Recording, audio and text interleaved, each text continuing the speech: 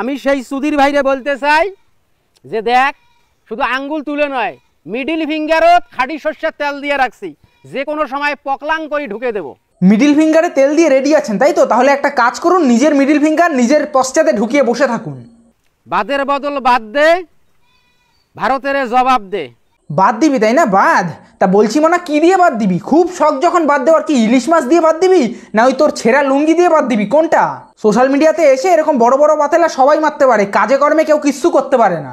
আর দেখো, আমি সমস্ত বাংলাদেশবাসীকে বলছি না, ভারতে এক সুধীর ভাই কমেন্ট করছে, কিন্তু বাংলাদেশে থাকা কিছু পাপীরা যখন ভারতকে চুদির ভাই বলবে তখন কোনো দোষ নেই, যত দোষ ভারত গালাগালি দিলে, ভারত কিছু বললে। চুদির ভাই তুই কাকে বলি ঢ্যামনা? নিজে থেকে প্রথমে ভারতকে গালাগালি দিবি আর আবার ভারতের জিনিস খাবি, ভারতের জিনিস পড়বি, লজ্জা করে না নাকি? মানে আমরা বললেই দোষ, তখন তোরা নিতে পারিস না, আর যখন নিজেরা বলবি তখন কোনো দোষ নেই, যত দোষ নন্দ ঘোষ। হ্যাঁ, চুদির ভাইটা তুই কাকে বললি? হ্যাঁ, লজ্জা করে না নাকি? বুকে কোনো ভয় ডর নেই? কোনটা? ভারতের মানুষের সাথে তোরা পাঙ্গা নিয়েছিস, এবার তোদের এর ফল ভোগাতে হবে। বন্ধুরা, আগের দিন একটা ভিডিও বানিয়েছিলাম, সেই ভিডিওটা দেখে এই কাকা রিপ্লাই কি দিয়েছে একটু দেখো। কালকে একটা ভিডিও করছিলাম, বাদের বদল বাদ দে, ভারতের জবাব দে। হ্যাঁ, সেই ভিডিওর কমেন্ট বক্সে ঠাপটা ভালো করে খেয়েছো তো মনা? বাদ দেবা কি দিয়ে বাদ দেবা? সেই কলা গাছ মাউনির কলা গাছ বসিয়ে বসিয়ে বাদ দেবা তোমরা, নাকি ইলিশ মাছ দিয়ে বাদ দেবা? কোনটা? এক সুধীর ভাই কমেন্ট করছে, এ তুই চুদির ভাইটা কাকে বললি ঢ্যামনা? লজ্জা করে না? ভারতকে আবার গালাগালি দিচ্ছিস। এমনি এমনি মুখের ভাষা এরকম খারাপ করি না, তোদের স্বভাবে খারাপ করি। অনেক দিন ধরে মুখের ভাষা ঠিক করে রেখে এসেছি, মানে দুপুরবেলা কি গোস্ত চিবিয়ে এসে গোস্ত হজম না করতে পেরে এখন ভারতের লোককে খিস্তি মারছিস তুই। গালাগাল আমরাও ভালো মতো দু চারটে ভেতরে ভরে দিতে পারি, বুঝলাম না? শুধু দিই না ভদ্রতার খাতিরে, আজ পর্যন্ত এখনো কিছু বলিনি তোদের, কিন্তু আজকের ভিডিওতে এসে তোদের জন্য মুখ খুলতে হয়েছে। ভারতের খাইস, ভারতের পড়িস, আবার ভারতের উপর তুই আঙ্গুল তুলে কথা বলিস। হ্যাঁ, ঠিকই তো বলেছি, ভুল কি বলেছে? ভারতের কাজ ভারতের পড়িস, আবার তার নামে হয়ে নিন্দা করছিস। সামান্য তো হাগা পরিষ্কারের হারপিক মনে হয় ভারত থেকে অর্ডার মারিয়ে নিয়ে যাস। আমি সেই সুধীর ভাইরে বলতে চাই যে দেখ, শুধু আঙ্গুল তুলে নয়, মিডিল ফিঙ্গারও খাঁটি সর্ষের তেল দিয়ে রাখছি। হ্যাঁ, আপনার মিডিল ফিঙ্গার আপনার পেছনে ঢুকিয়ে বসে থাকুন, তারপর আরাম করুন। ওটা ভুল করেও ভারতের লোককে দেখাতে আসবে না, কারণ ভারতের লোকের এমন সাহস আছে যে বাংলাদেশের বাঘের মুখ থেকে এমনকি মাংস ছিনিয়ে নিয়ে চলে আসতে পারবে গালাগালি খিস্তি দিয়ে।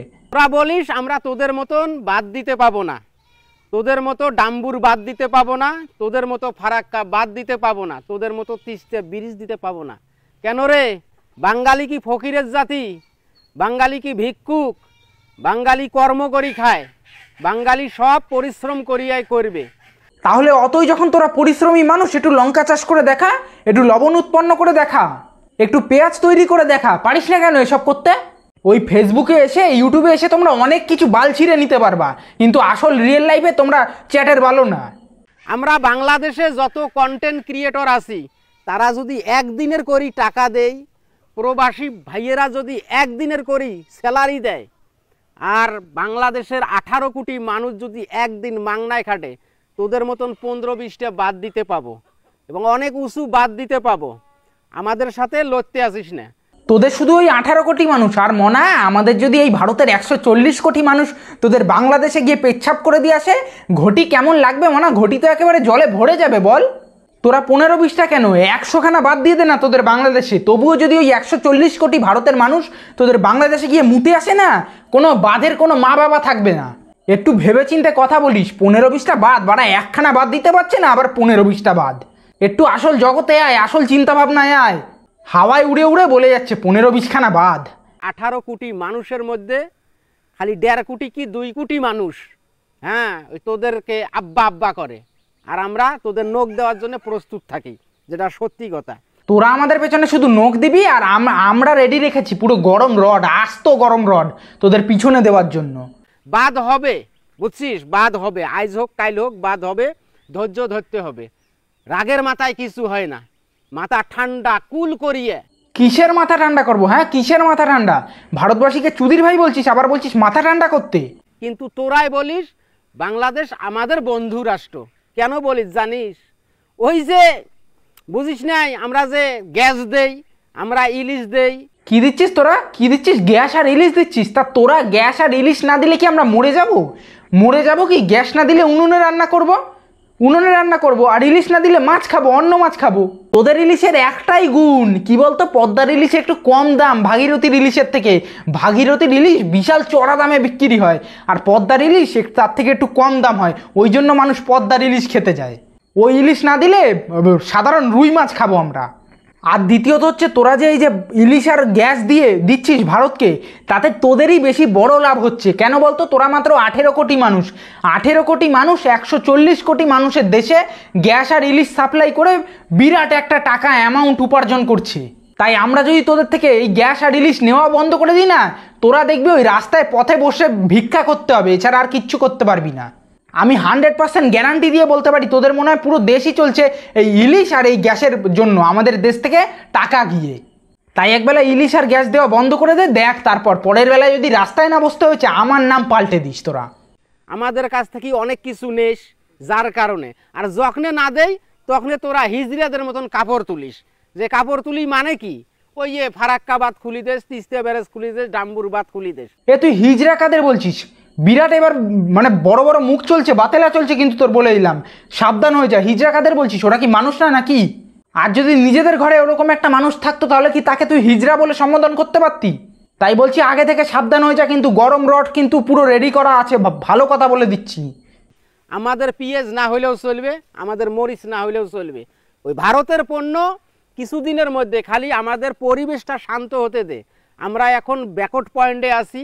তোদের পরিবেশ আর জীবনে শান্ত হবে না। সেই শালা কোন জনম থেকে শুনি যাচ্ছি যে পরিবেশ গরম, পরিবেশ গরম, পরিবেশ ঠান্ডা হতে দে, পরিবেশ ঠান্ডা হতে দে, জীবনে শান্ত হবে না।